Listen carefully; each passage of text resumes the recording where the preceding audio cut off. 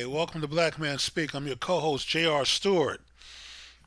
And I am your co-host, Tommy Duncan. It is Wednesday night, 8 o'clock p.m. Central, 9 o'clock p.m. Eastern Time. And we know what happens on Wednesday night at 8 o'clock. It's That's Black right, Men's. Black Man Speak, the most progressive talk show on the internet that deals with black issues and providing black solutions. So, Tom, let's give a shout out to our to Liquid for providing our theme music. And if you haven't already, please hit that like button. Click on the notification button so you'll be notified when new shows come out and uploaded. And also make sure you spread the word and tell a friend. Invite a friend to come out. So the chat line is open and the conference line will soon be open as soon as we introduce our great guest. Absolutely, folks. And of course, we are encouraging you to contribute through the chat line, of course, or give a call. There should be a number towards the very bottom of the screen that allows you to call in yourself and ask questions on the show. So, what I'd like to do without any further ado is to introduce our topic and introduce our special guest and resident historian for this evening, Mr. Robert Edison. But our topic for tonight, a very provocative one, of course, it is February. It is African American History Month and the genesis of a lot of things. And we're going to talk about the power and influence of Black women in the civil rights era of the struggle in America for freedom of people from the African diaspora. And so we have Brother Robert Edison.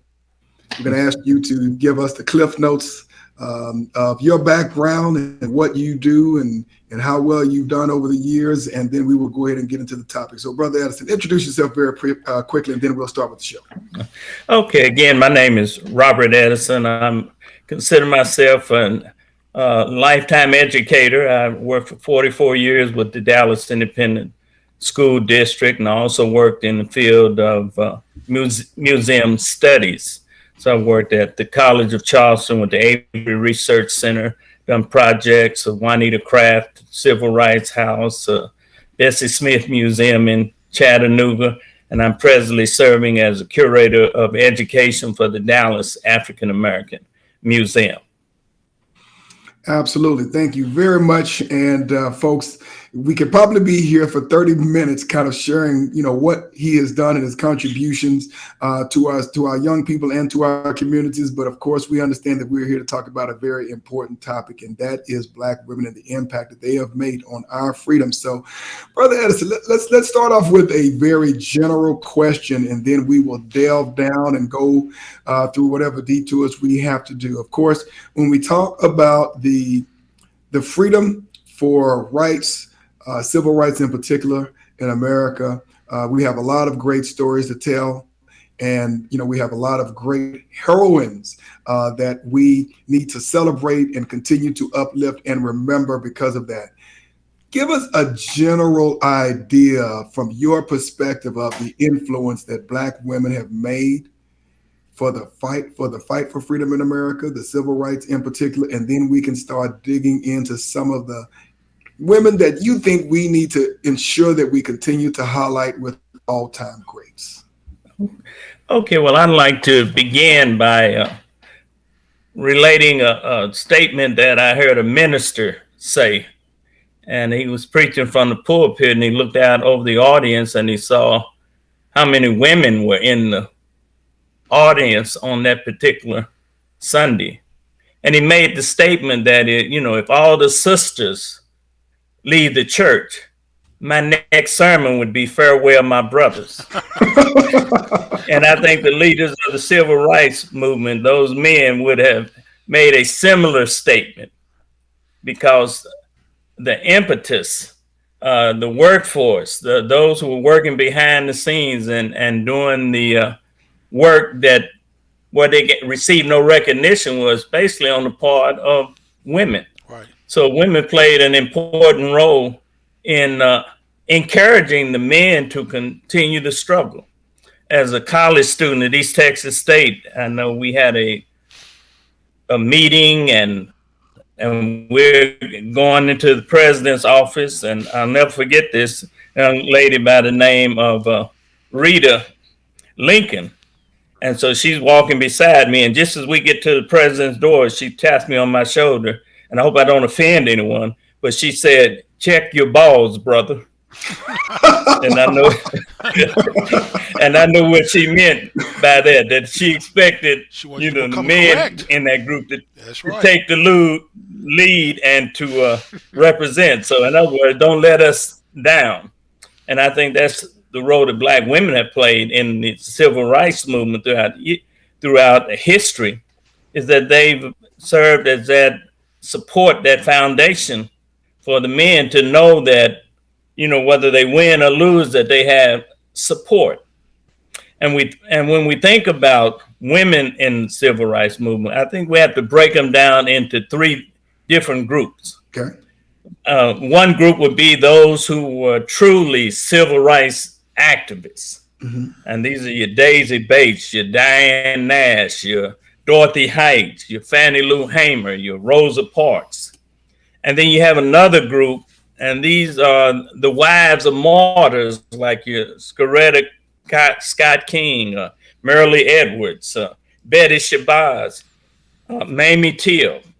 Some of you may have been watching the series that was on TV on, women of the civil rights movement, and started out with Mammy Teal. And then you have another group of women who fall into that Black Power movement. So whether it's Kathleen Cleaver and Angela Davis, and these were women who kind of expanded, what the struggle was all about. And to some degree, all of these women eventually expanded the struggle. So the men are fighting for equal rights. Well, the women, their struggle was not only for civil rights, but for women's rights as well. Right. So they were discriminated not only because they were Black, but they were also discriminated because they were women. And so they were the first ones to make that connection that the only way the civil rights movement is going to be successful is the equal rights movement for women must be successful. And so they kind of merged these two hand in hand. Now, you bring up a very interesting subject, Brother Edison. And I mean, this struggle that sisters in not just pushing the agenda, for our rights as Black people in this country, but obviously pushing for their rights as women is a very long, protracted, and sophisticated conversation, because this goes back, and for those of you who, read and keep up with this goes back to Sojourner Truth in one of her great speeches, Ain't I a Woman? Yes. That's correct. And this goes well before, of course, what we're looking, because when you look at the fight for women's suffrage, there were Black women who were integrally involved in the fight for women's suffrage, their ability to be able to vote. However, when a certain group of women got their rights to vote, guess what happened? Sisters were still fighting after white women did receive the legal right to vote as well. But I don't want to go too far back and get tied off. But so your thesis, three large categories: activists, the wives of martyrs, and the women who drove the Black Power movement. And that even extends to this day. So let's talk about this, because you talked about supporting, but also you look at strategy, you look at grassroots activity, and you look at the execution of that strategy. And, they are part of the movement, not just in supporting what the face of the movement typically was, which was the brothers, but they were also very intimately involved with the strategy, what we're going to do, how we're going to do it, right, to carry it out. So talk a little bit more about that, and then maybe you can start infusing some of these sisters who were critical to the brain power behind what was going on in the civil rights movement. Because I mean, I learned a long time ago that the sisters have a whole different level when it comes to their level of thinking and sophistication that we cannot do without. So talk about that in a few names. And I look at it from the perspective of the role that the Black church played in the civil rights movement. Very important. And when we think of the role of women in the church, it was diminished. Let your women be silent under subjection of men, and that carried over to this to the civil rights movement. But what it did was, though, it forced women in the religious realm, in the church, to have their own organizations. And so they learned how to really organize and how to communicate and how to bring a group together with a common cause and a common mission, and then to put things in place to achieve goals. So when you look at someone like Dorothy Height, National Council of Negro Women, so she was one of those individuals, very instrumental, but she was a great organizer. When you think of the men in the civil rights movement, she's right up there with them, helping to plan the march on Washington. So let's put a pin in that, and I want you to dig a little bit deeper on that, because typically when we talk about the civil rights movement, we talk about, of course, the SCLC. We talk about CORE. Yes. We talk about some of those movements, but for whatever reason, Dorothy Height and the NCWC, I think is what we call it. I think that's probably the more current name. Tell us about her impact, that organization's impact, and what their role was in the civil rights movement, because that is one of the organizations that doesn't get, in my opinion, the shine that some of the old traditional movements of the civil rights movement get. Yeah, well, it's like I said, these women expanded the civil rights movement. So, the National Council of Negro Women, they fought against lynching. They fought against the justice system. So, Black Lives Matter, all that's not new, because basically that's what those women organizations were fighting for. They had a literacy movement. So they recognized the importance of education and liberation. They recognized the importance of African American having access to jobs and equal pay, because their domain was the home. So a lot of their organization, activities had to do with the improvement of the home life of African Americans, but also the community life of African Americans. So if you go back and check in most of your communities, if there's a cemetery, there probably was a Black women's group that helped to set up that cemetery. Or if there's a road going through that cemetery, it was probably a Black female group that, pays the money for that. Okay, there we go. Okay, I was going to say, so help me understand, because I'm trying to make the correlation between an NCNW and a cemetery. How does that work? Well, it goes to ownership. Just think about if you don't have a place to bury your dead. Right. Or if you have a cemetery, but you can't get to it because there's no road that leads you there. They were involved with uplift and improving the community. So having a cemetery was a way of bringing the community together. And what the women did was they were the ones who recognized the importance of it. And then they were willing to make the sacrifices, because they weren't making much money, but they were willing to make the financial sacrifices to get the job done.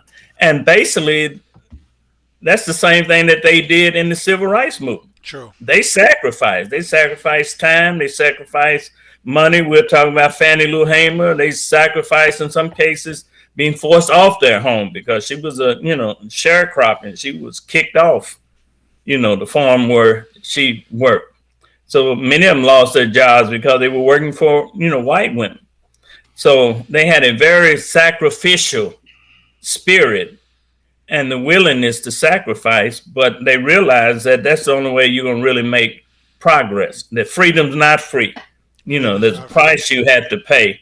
And we found that all of these women in the movement, they were willing to sacrifice. Betty Shabazz, Martin Luther King, Merlie Everett, they sacrificed their husbands.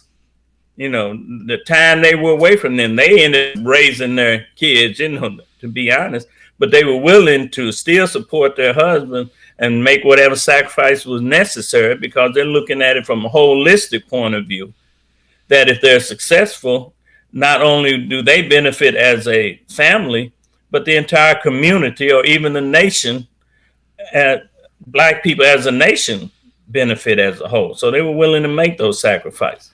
And go out there and stand with the men, so they had skin in the game during the protests. So it wasn't push the men out there. Yeah, they weren't on the sidelines. Right. They were right up.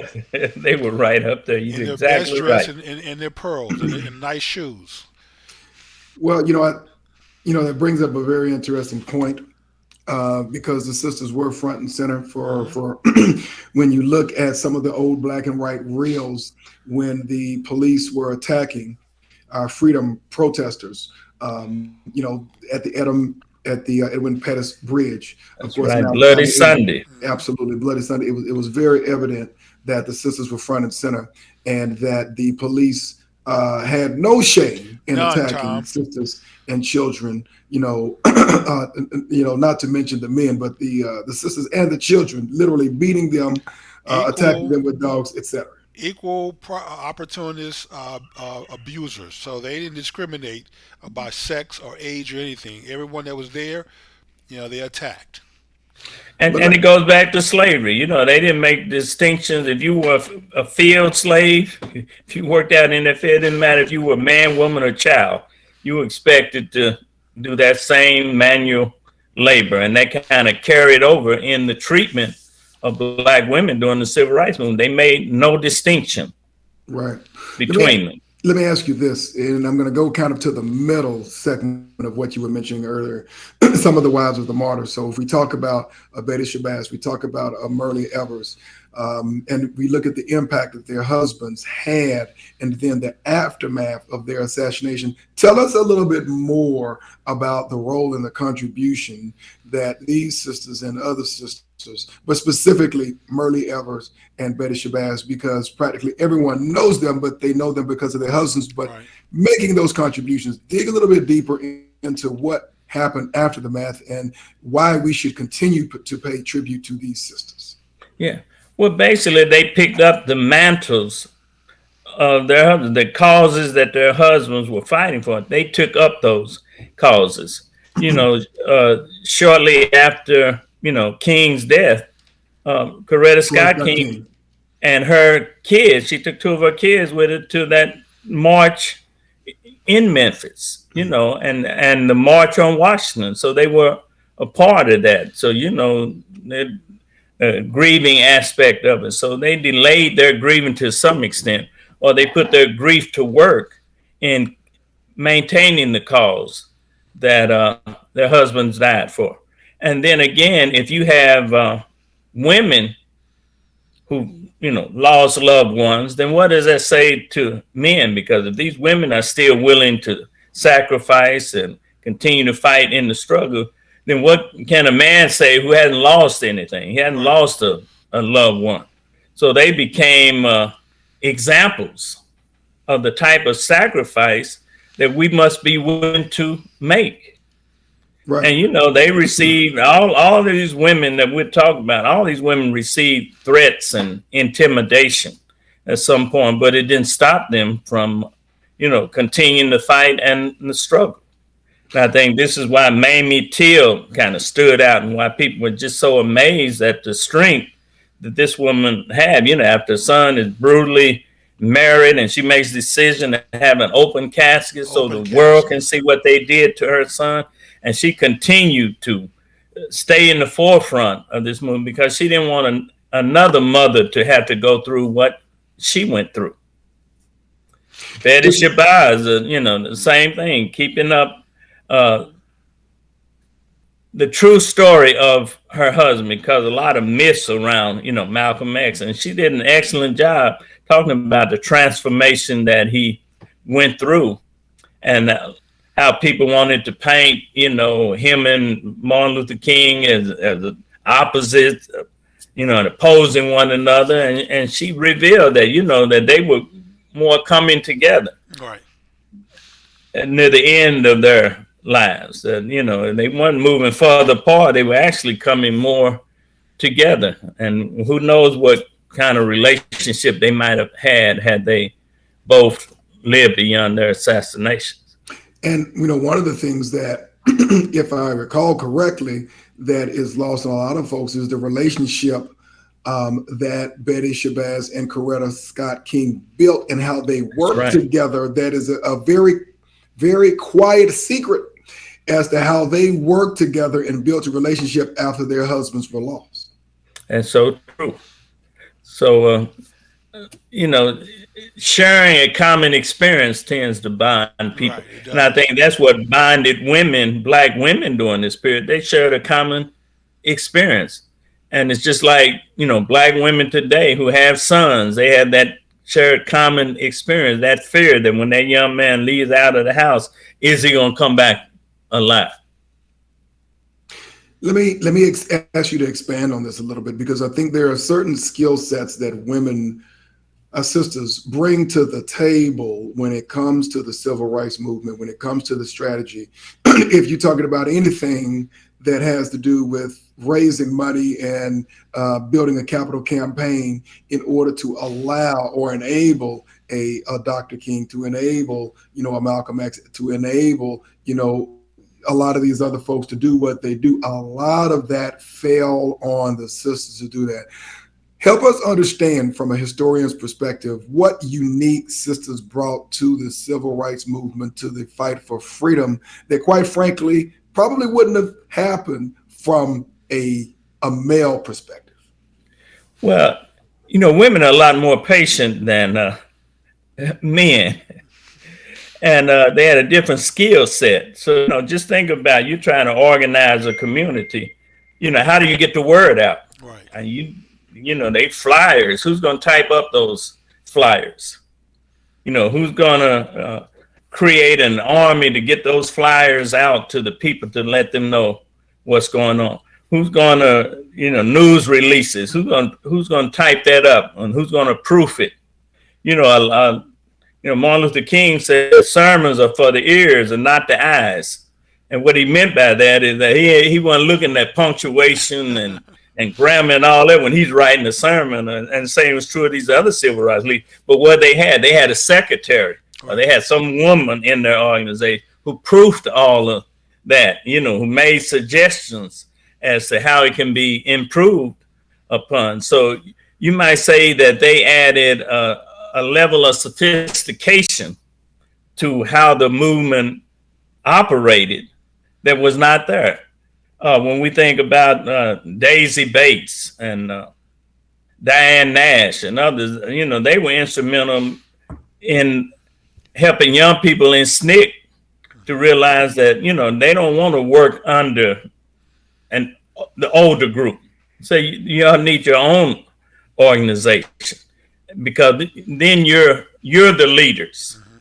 If you're just a part of these other groups, you're following a leader. The women were really responsible in creating what we call group leadership rather than leadership. Mm-hmm. So the men in the civil rights movement promoted leadership. So that's why you have, when you think of the NAACP, you think of Roy Wilkins. When you think of SCLC, you think of Martin Luther King. When you think of CORE, you think of Whitney Young, and James Farmer, SNCC, Stokely Carmichael. So, that's leadership. But when you think of women organization, it's more organizational leadership. And I think that's one reason that these women are not as well known, because that was their intent. It's not about me as an individual. It's about the mission of the organization. And so the mission has survived over time, even though, the role they play may have been, lost in history. Might I suggest, and correct me if I'm wrong, that organizations that have been developed and driven by women may have been more effective because it was not, from a public relations perspective, so dependent on a specific leader per se that drove the charisma of the movement. that they were more effective because it was about the grassroots. It was about the mission, not about a specific person that you saw in the news or that you had interviews with, etc. That's right. And, it wasn't a matter of who gets the credit as long as the mission is accomplished. Right. Right. And see, I'll mention one other thing about Dorothy Height. She helped to organize. She was a co-organizer of the March on Washington, but hardly ever is she mentioned. Never hardly mentioned. In that. Yeah. And the book, that relates to her life is Open Wide the Freedom Gates. And it talks about, her experiences as a civil rights activist. And then open wide, repeat that. Open Wide the Freedom Gates. Who was that written by? And it was a public affairs document that was created, but it was on her life. Right. And then you have someone the book that she wrote was The Cure of America, Race Problems. Now that's the book that she wrote. The Cure of America's Race Problem by Dorothy Height. Okay. And then you have someone who, like Fannie Lou Hamer. So, Height was highly educated, and most of these women ended up graduating from historically Black colleges and universities. But here you have Fannie Lou Hamer, who was a sharecropper. Grassroots. Most people would consider her illiterate, but she knew how to articulate the experiences of what Black people were going through in the South, and was so effective in doing that pushed her to the forefront of the Mississippi Freedom Movement. Yes. And so the Mississippi Freedom Party, she was active in that, and she made a lot of sacrifice. A lot of people use her quote, "I'm sick and tired of being sick and tired." So she kind of she stand out, and then she got involved with SNCC. You have people in Mississippi who didn't want those college students to come in there for Freedom Summer. And she was the one who stood up and said, we need those college students here because they're going to bring publicity. They're going to bring the white press in here because they don't care about killing Black folk.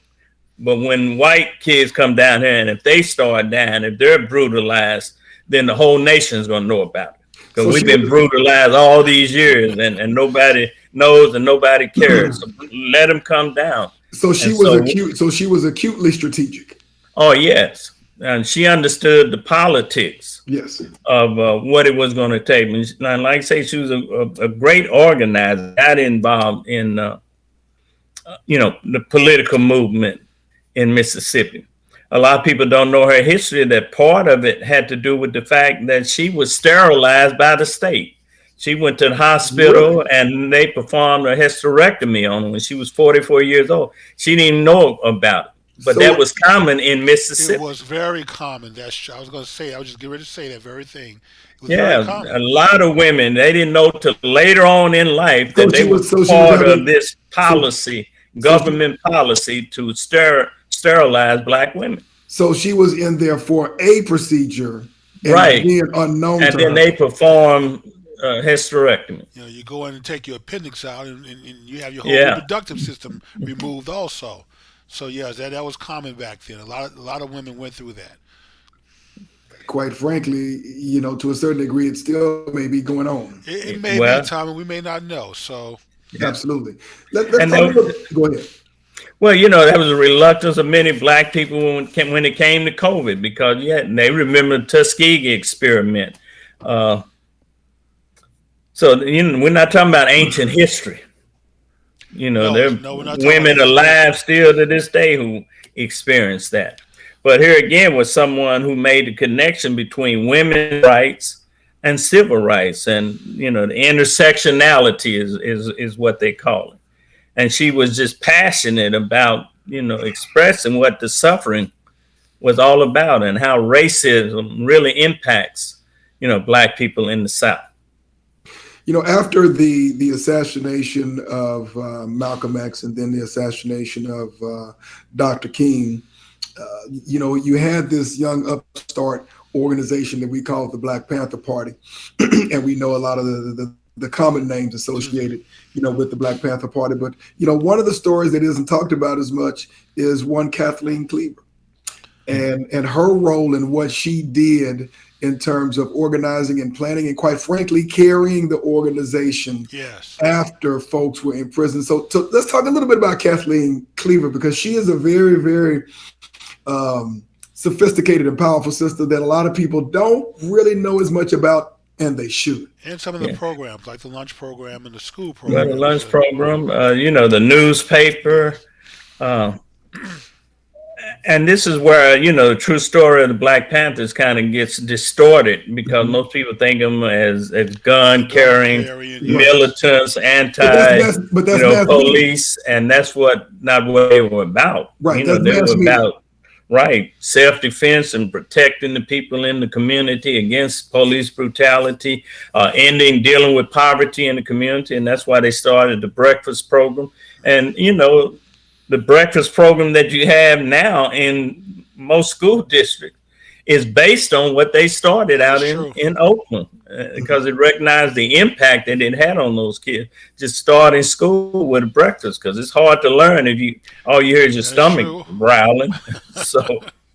But she, as you stated, once they either killed off or locked up all the leaders of the Panther Party, then it was Kathleen Cleaver and the other women who kept the movement going. And also they kept the fight going to free those men who many of them were unjustly imprisoned. And quite frankly, it wasn't that far into the organization even being established that all of this happened. And then you had Kathleen Cleaver, who was taking over the organization and really doing all of the planning behind the scenes, such that if it were not for someone like her and for other sisters, that organization would not have survived for as long as it did. That's right. And see, they also were good in being creative. Was putting on plays and dramatization, the dance aspect, but it still moved the movement forward because they were able to draw in young people. They were able to engage the children. Just think about it. The civil rights movement would not have been successful if children had not gotten involved. And all of us on this call know that if mama say you're not going to do something, chances are you're not going to do it. So that lets us know that some mothers and fathers allowed their children to get involved in those demonstrations. And we know, again, they paid the price when we think of the 16th Street, church bomb. That was on a youth Sunday. So it was deliberate that bomb was set off on that particular Sunday because it was youth Sunday. And what the Klan, the racists were saying, okay, if you young folk, want to get involved in this movement, well, you're going to pay a price. And those 4 little girls paid the price for that. Absolutely. Absolutely.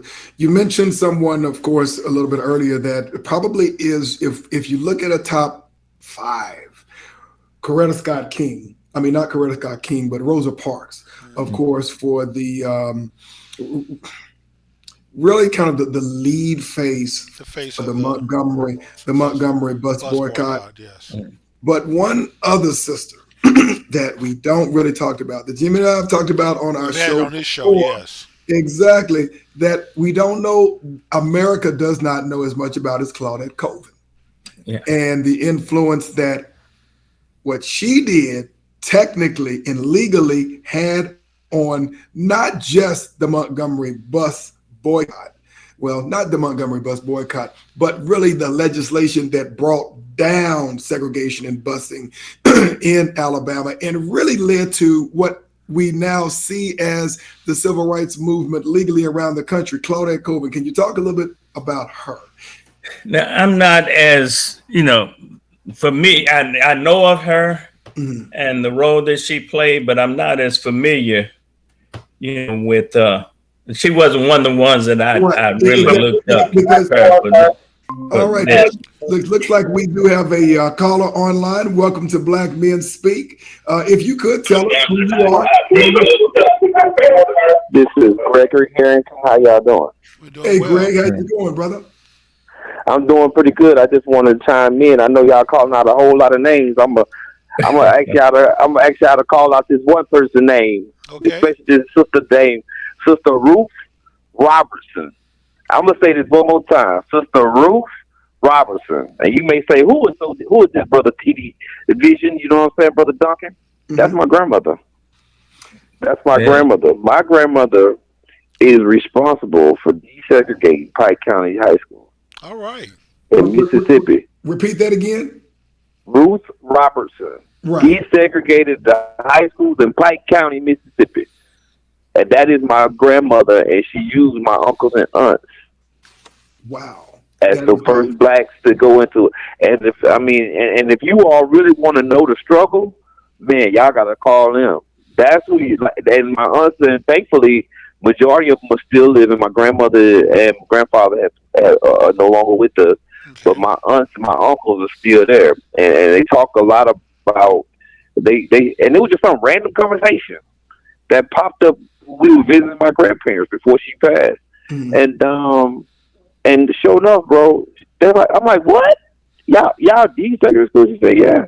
And of course, my uncle's crazy, so they're like, yeah, we need to go to school. We just ready to fight. Anybody else that's with them, we ready to fight with them and protect them. And my aunts were there and going through everything they had to go through. They had a struggle, but they're alive and well still, and it'll be very interesting. Personally for me, I actually would love for y'all to call them one day, maybe add them to the discussion. We would do that. They lived it, and what's crazy is that they lived it, and we haven't really talked about it. You know what I mean? Yeah. So your medium could, honest to God, truth, be a great service to our family, and not just our family, but the world and country, because I don't think it's ever been. They never sat down and recorded it. You know, for them. Right. They just doing what their mama told them to do. You know what I mean? And not necessarily looking at it from a historical perspective.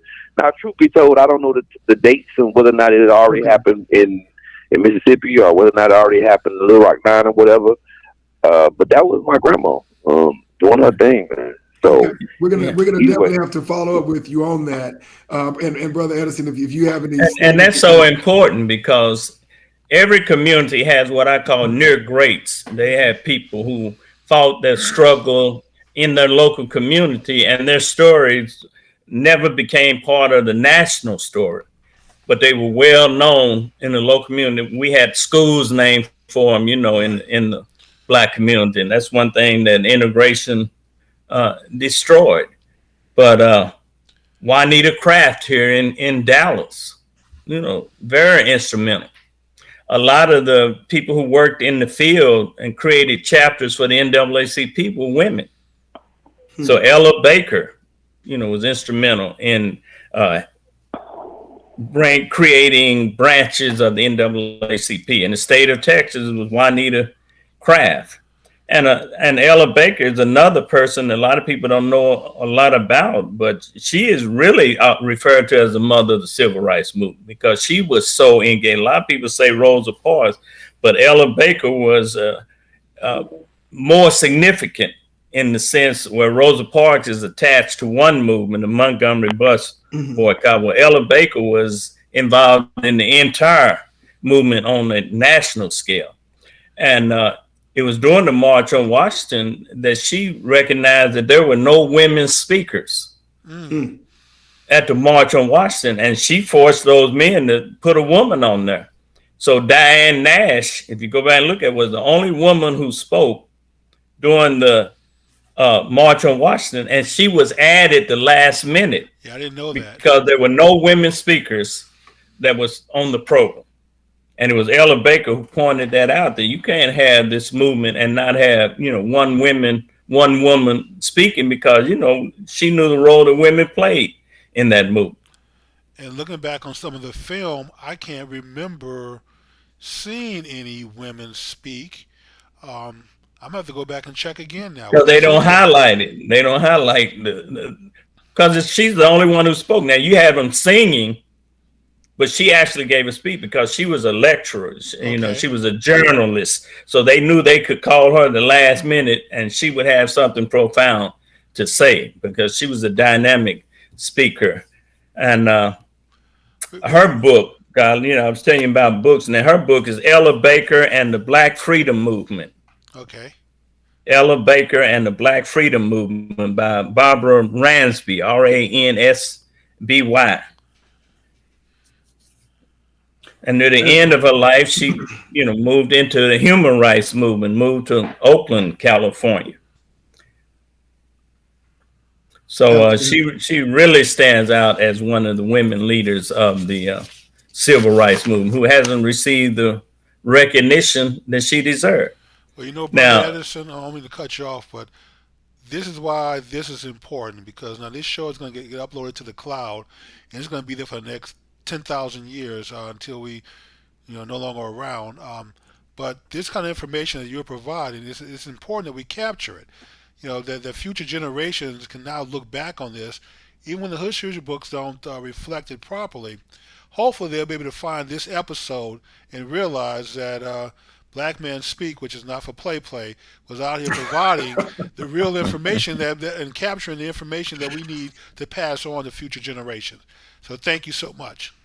And thank you very much, Brother Harrington. I'm gonna definitely have to follow up with you so we can get Miss Robertson on one of our future shows and have her to cement in history her experience and some things that she's been through that people need to know about. All right. So first of all, you won't be able to do my grandmother. She's long and gone. Oh, okay. But my aunts are still available. Some of my uncles are still available. Okay. And be eager to give their perspective on what transpired. So we can talk. We can all talk off like great work on Black Men Speak. But I definitely, when I saw that, man, I saw this conversation. I had to call in. Y'all be blessed. We appreciate you. We'll be talking soon. Well, let me mention, because I mentioned Diane Nash, and let me say a little bit more about her. Most of you, if you've ever watched Eyes on the Prize, you've seen Diane Nash, because she was very instrumental with the Student Nonviolent Coordinating Committee and the Freedom Riders of SNCC. And she was the one, after the bus was firebombed in Anniston, Alabama, and those Freedom Riders, John Lewis, they were all beat up. They were going to stop the Freedom Rides. And it was Diane Nash, who was in Nashville, said, no, we can't stop the Freedom Rides, because the message it was saying is that all you have to do to stop, these movements, these protests, is to use violence. Mm-hmm. So she was the one who organized those students in Nashville and across the nation to continue those Freedom Rides. And she stands out, for that. And again, if you want to read more about her book is entitled Diane Nash, The Fire of the Civil Rights Movement. And that's by Lisa Mullins. Diane Nash, The Fire of the Civil Rights Movement, because she was a fiery woman. I mean, she spoke truth to power.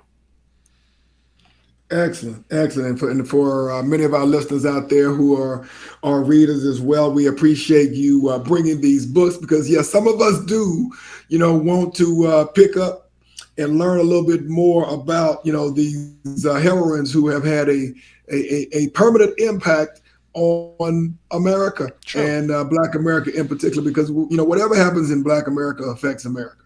And so our sisters are single-handedly responsible for a lot of the freedoms that we exercise today, even though they don't get the credit, which is why we are having this show. Well, Tom, they don't get the credit, and that's why we have to be willing to tell our own stories. We can't keep looking to other people to tell our story and expect them to get it correct, or to credit everyone that needs to be credited. So we have to step up and do a much better job at disseminating information ourselves, which is why I'm so delighted that Brother Edison has come back and shared this information with us. Yeah. Next time, brother, we need to get that reading list from you in advance so we can. I'll get it from Tom afterwards. I'll send it to you as well. Talk about. I'm not mentioning all of them, okay. But there's one more that I want to make certain. I know we only have about 15 minutes that we definitely need to mention. Okay. And that's Daisy Bates. Yes. Now again, Daisy Bates is best known for the Little Rock Nine, because she was the one who became the mentor and the advocate for the Little Rock Nine. But a lot of people don't know her story, that when she was 3 years old, her mother was raped and killed by 3 white men. And she grew up in Arkansas, Mitchellville, Arkansas. So she was raised by friends of the family, because her father just couldn't stay there and left her with friends of the family, and they basically raised her in a foster care situation. Many believe that's why she was so, adamant about, civil rights and equal rights for everyone. But she had outstanding organizational skills.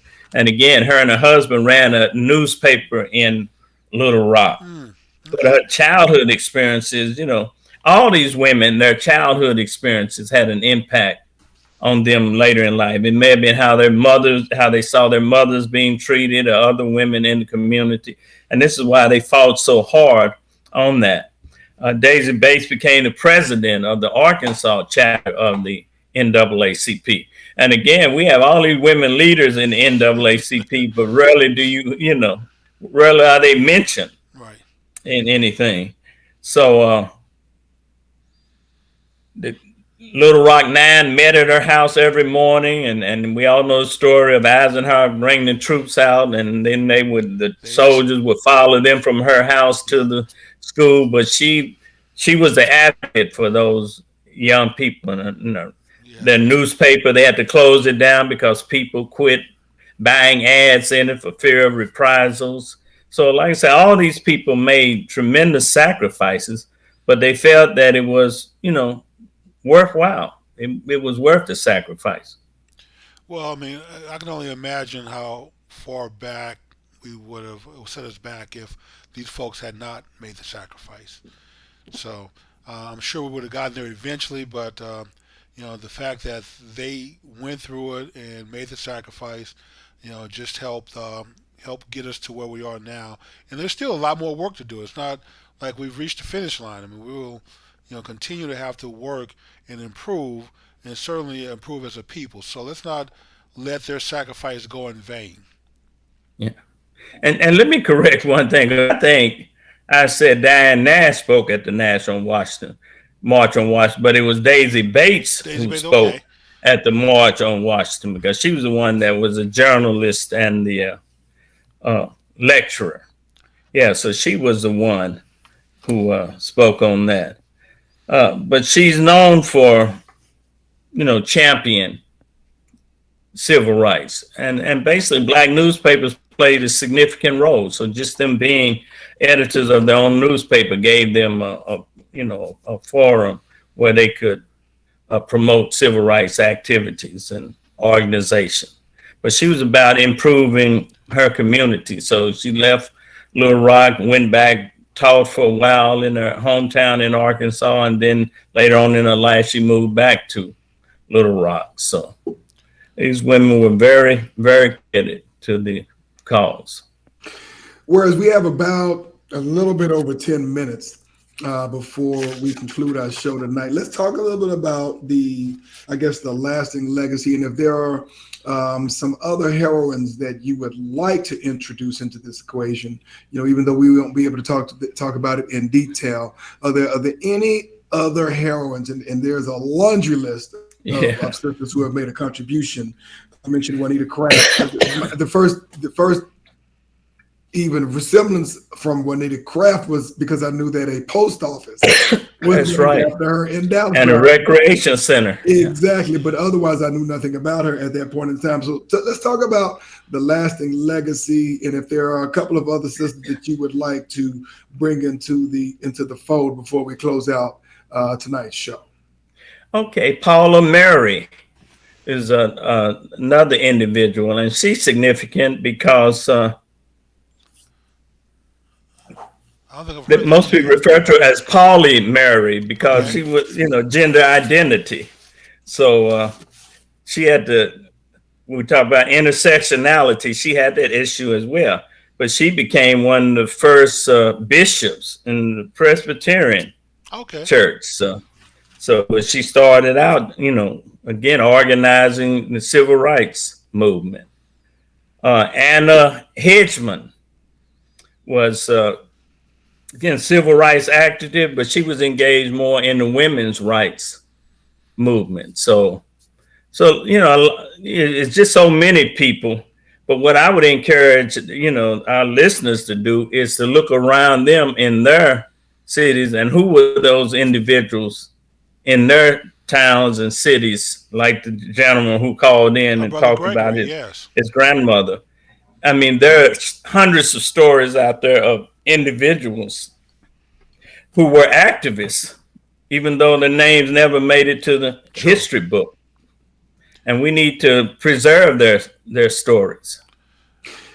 And I think that, one of the things that's not lost on me in this conversation is that we have to own our own stories. We have to own our own legacy. It's just like in America, you look at so many contributions to people of African descent in America that has not been documented, that has been destroyed, that has been overlooked.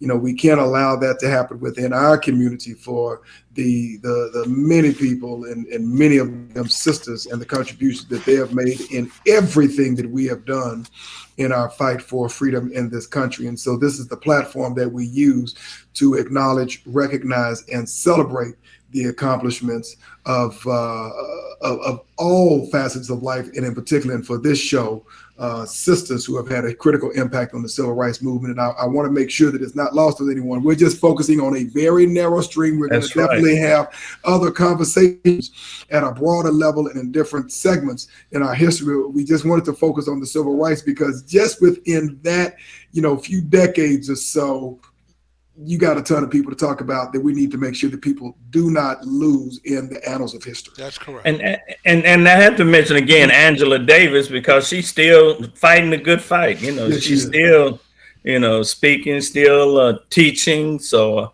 again, somebody who was sacrificed, sent to prison, but she's still fighting the good fight. So if you get a chance to hear her speak, please take advantage of that. I think she's going to be at UTA. She may have already been there, but as part of their Center for African American Studies, she was one of the speakers. Okay.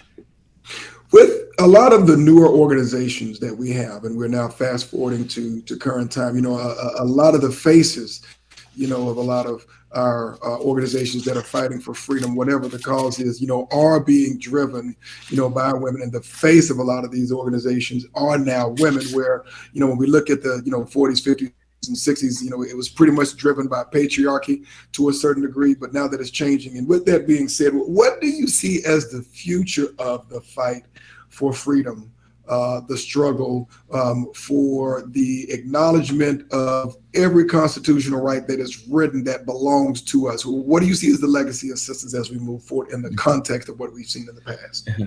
Well, you hear that term now, Black girl magic. Yes. I heard that first time a couple of years ago. Yeah, look at who's running for political office. Yes. And I don't care what city you go to, look at who's being elected. You have a lot more Black women who are, taking up the mantle. And I think part of it has to do with the fact that the church is not playing the big role that it played in the past. Of Black Lives Matter, those were young Black women who started that movement and took the lead in it. I think part of the fact, if we look at who's going to college, who's earning the degrees, who's going to law school, who's going to medical school, the graduate classes, schools, yes. Yeah. So the Black women are preparing themselves for leadership roles. And I think that's why we have to work doubly hard with our young men so that they're equally prepared to take leadership role. But, we shouldn't criticize the women. We need to support them. Right. Yes. Because they're acting on behalf of the community. They're community oriented.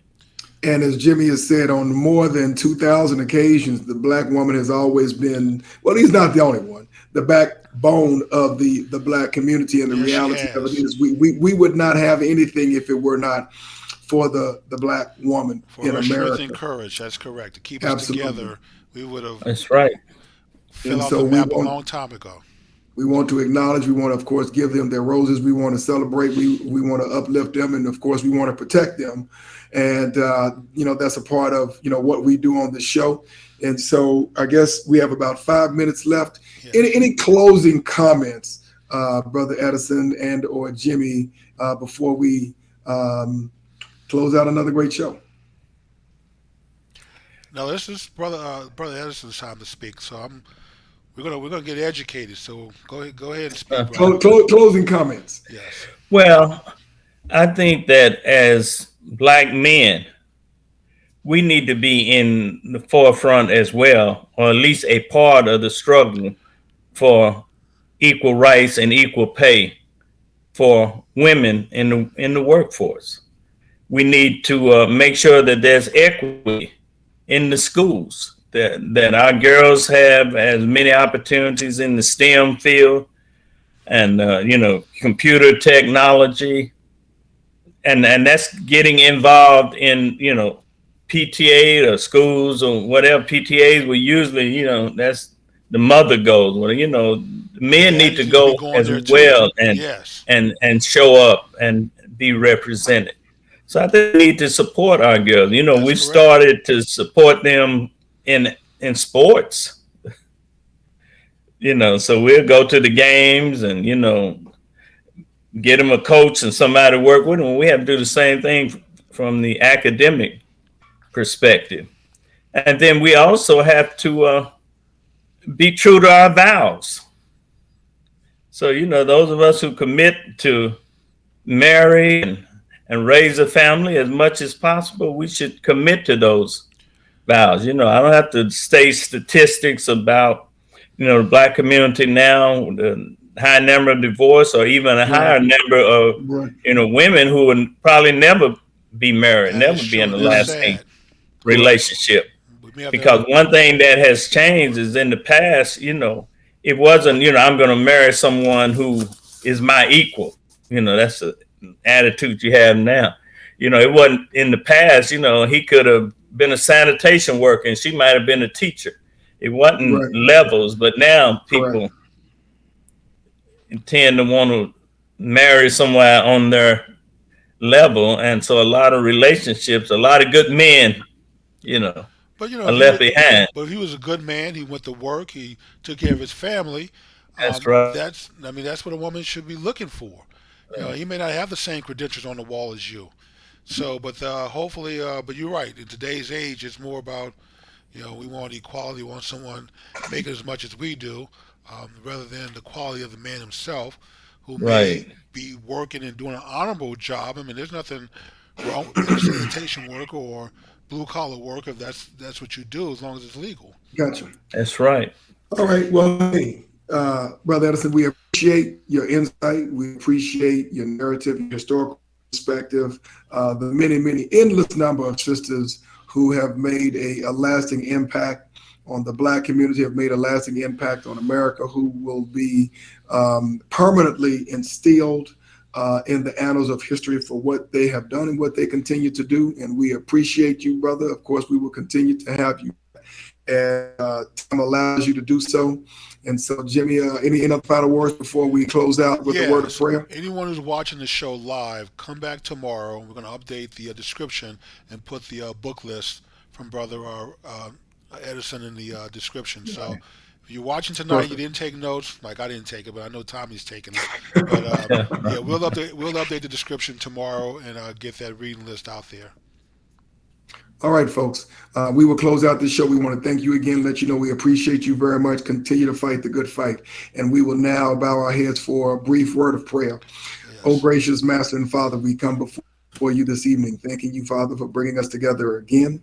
Father, we thank you for allowing us to bring this platform to the audience, to the people, and to the world, that there may be a word, that there may be an experience, that there may be something out there, Father, that impacts someone in a very positive and constructive way.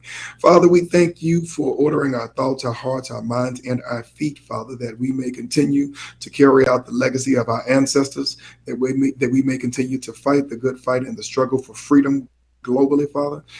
We thank you for the pays that have been cut by our ancestors, our foremothers and our forefathers, and all of those who have sacrificed for us to be here, Father. We are grateful to them and understanding that if it were not for them, we would not be here. Father, we ask you would continue to steer our hearts and our minds towards those, Father, who need help, who need support, Father, who need to hear a word in some way. Continue to lift us up as men, Father, that we may continue to do our legacy and our work on earth as it is in heaven. In your precious name we pray, and we thank you for everything. Amen. Amen. Yeah, appreciate it, brothers. It's always Thank an you. honor to be on your show. Thank you so much. Great to have you.